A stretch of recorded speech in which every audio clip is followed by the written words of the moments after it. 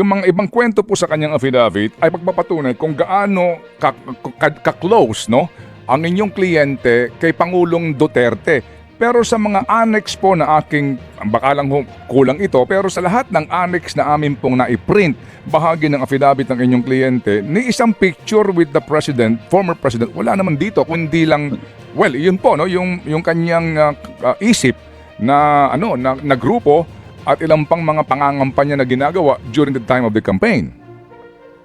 Tinanong ko rin po yan sa kanya. Ang utos sa kanya is discreet, behind the scene ng operation. Hindi ho siya mahilig mag-selfie katulad ng ibang mga abogado, ibang mga personalidad, makakita ng congressman, senador, pa ng selfie, pa ng post.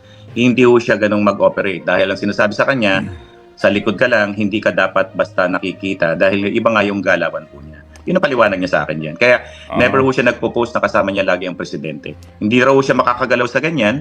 Kaya nga ho, kahit isang record, wala kang makikita na pumasok sa gobyerno as an employee talaga. Special operation po yung ginagawa niya eh. Okay. Kung may utos, implement. Ganun lang lagi siya. Opo, may sinasabi po siya dito, no, na ika niya yung mga accounts na binuksan sa pangalan niya opened by people close to PRRD. Who are these people, attorney? Ano po yan eh, tinawagan siya ng PRRD, may nabuksan ng bank account sa pangalan mo sa ganyang mga bangko, papasukan ng pera yan, mag-withdraw ka. Of course, we don't expect PRRD himself to open the bank account. May edad na yon, hindi yon pipila sa bangko para magpabukas. The most logical conclusion is that binuksan to ng mga tao na malapit sa dating Pangulo. Ang sabi sa kanya, may account ka dyan, pumunta ka, mag-withdraw ka.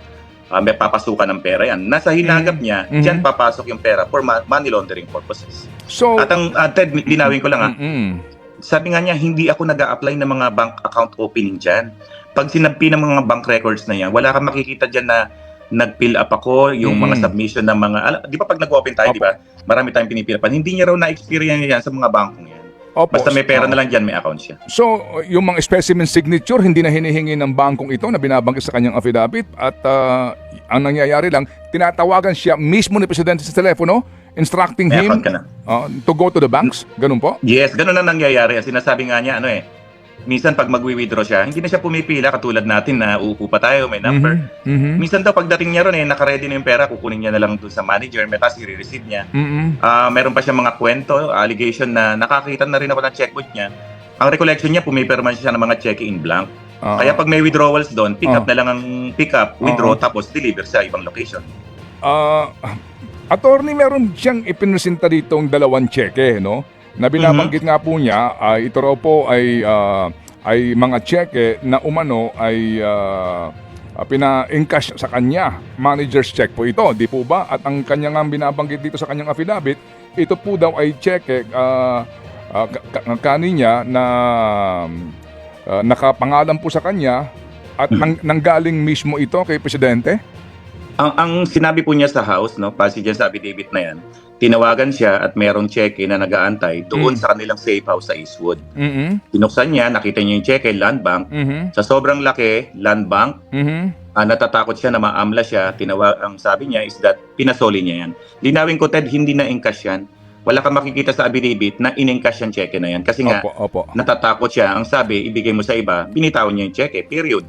Kung saan nanggaling yan, ano ang circumstances, sino ang nag-issue, purpose, wala ko siyang alam yan. Pero yung kaninyo, ang instruction nanggaling kay dating Pangulong Duterte. Ang sabi is may cheque doon sa safe house, kunin mo. Siyempre, manager's check yan. Pwede mong i-deposit yan, pwede mong i-encash. Ang sabi niya, hindi ko in-encash yan kasi alam ko alanganin yan. Pero natakot din siya. Opo. So, pero ang tawag nang galing kay dating Pangulong Duterte. Yes, yan ang sinabi niya sa akin. Opo. Pero doon sa affidavit niya, wala siyang binanggit doon na more or less anong panahon, anong petsa yung tawag na yon. Yes po, tama po. Wala ho sabi David. Masyado na matagal din yan kung tutusin, di ba? Pero kasi Ted, ang umatras tayo na na-detain siya, na-issue siya ng warrant of arrest. Yung kidnapping kasi nangyari sometime June 2022. Nag-conduct ng preliminary investigation. Nasampahan lang siya ng kaso July 2023. So, yung mga time na yan, nasa labas pa siya siguro ng period na yun. Yun nga po. Kasi ang petsa ng cheque na binabanggit niya ay April 18, 2023. Which is panahon na ni BBM, correct? Of course. Oo. So, well, hindi na sabi ko nga paano, ito lang po, just trying to establish the credibility of your client. Paano kami maniniwala na ang dating Pangulong Duterte, ng panahong iyon, tatawag pa sa kanya para lamang sabihin, kunin mo sa safe house yung checking ito at yung petsa po, hindi na siya wala na siya sa pwesto. Sa matter of fact, that time, ang binabanggit nga, nagre-relax na ng presidente, na dating presidente. Well, ang makakasagot niyan si former president. Ang sinasabi lang ni Ramil, may pinadala sa kanyang cheque. Whether or not it was prepared by some other people, kung paano siya na ginawa, kung genuine yan or peke yan, hindi niya masasagot yan. Never niya in-attempt na i-encash yung cheque na yan. As in, ikaw, nandiyan ka ngayon sa studio mo, pinadalang kitang cheque, hindi mo alam kung saan galing. Ganun kasimple lang po yan. Okay, ang checking itong ay nasaan? Pinasoli daw niya ang ginawa niya, mahilig si Ramil mag-document ng mga ganyan. Pinipicturean niya yan, tapos pinasoli daw, pinabigay sa isang babae per instruction.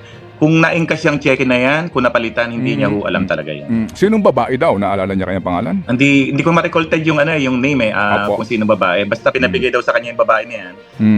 Ayaw niya kasing galawin yung cheque na yan. So linawin ko, hindi na-encash yan. Opo. Contrary doon sa ginawang computation ng isang members ng committee na kasama yan doon sa mga dumaang pera sa kanya. Hindi po na-encash yan.